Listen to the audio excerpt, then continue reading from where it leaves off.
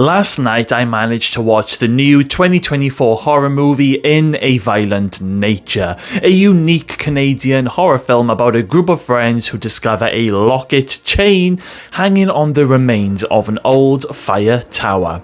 Now, this foolish act results in a really messed up, twisted story, because taking this locket results in a corpse from a grave called Johnny arising from his pit and going on the hunt for this locket and killing everyone in his path. Now, what makes this movie unique is that we actually follow Johnny the killer from start to finish. We follow him from when he rises from the ground to him walking through the forests to watching him kill all of his victims. It's a very interesting take. It gives the viewer a bird's eye view of what a killer does and what he gets up to in between his kills, and even shows moments of Johnny having flashbacks to before he was killed. The backstory of Johnny is explained by the group of friends where one of them took the locket, and it's explained that Johnny was this developmentally delayed son of a local merchant who was tricked into climbing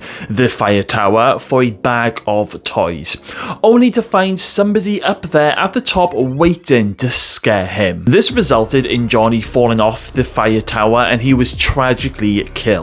Now, the kids who were involved and tricked and scared Johnny, they ended up making it look like that it was all just a harmless accident. But rumor then has it that Johnny's spirit came back and committed some horrific murders decades apart. Now, it turns out that removing this locket at the start of the movie is what unrested Johnny's corpse, and as I said earlier, Johnny wants that locket back, but he is unsure which one of the group of friends actually has it, so he just ends up killing them all one by one in different scenarios, looking in their pockets when he's finished with them.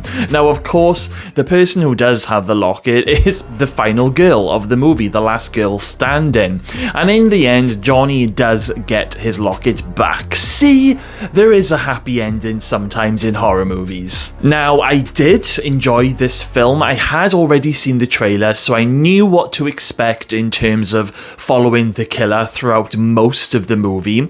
Now, I did find it very intriguing at first. I mean, watching Johnny walking around the forests in the day and also in the nighttime was actually quite bizarrely beautiful. Honestly, it was in a really weird sort of way, but there were also moments where I did find myself a little bit bored during these scenes, and don't forget, I was already prepared for this movie after watching the trailer. Now, if you do go into this movie completely blind, then I think some people are going to end up really hating this movie. At one point, it felt like that I was watching a video game being played, because you're just there following the killer from behind him as he's walking around, and I had to keep reminding myself that this is actually a movie and not a gameplay. There are some brilliant, brutal kills, and there is one that actually really stands out, and I know everyone has been talking about this recently all over YouTube, all over TikTok, all over other social media platforms, and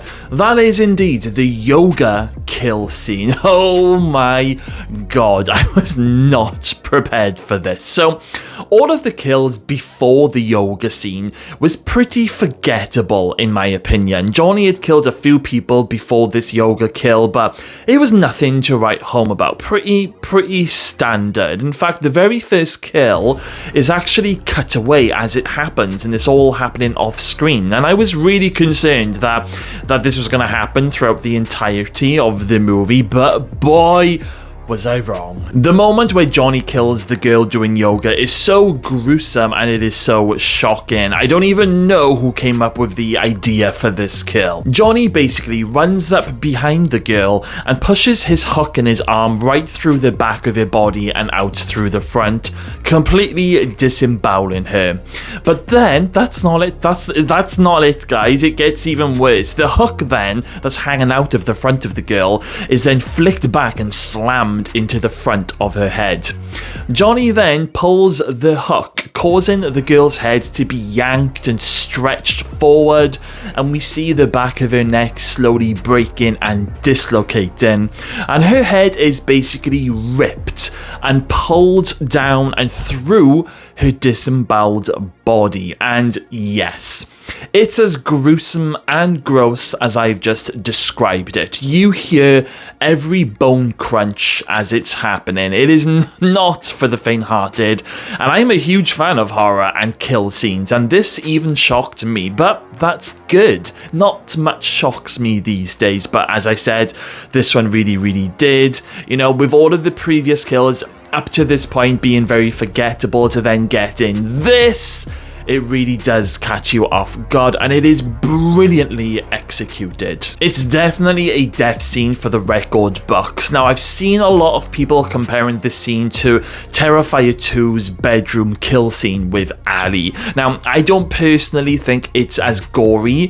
as Ali's death scene. I think that scene is just completely on another level, and, you know, you just can't compare it with that. But this scene definitely earns its own award. A few other great kills is where Johnny throws down this massive rock onto a guy's head, causing the guy's head to explode while we are watching at a bird's eye view.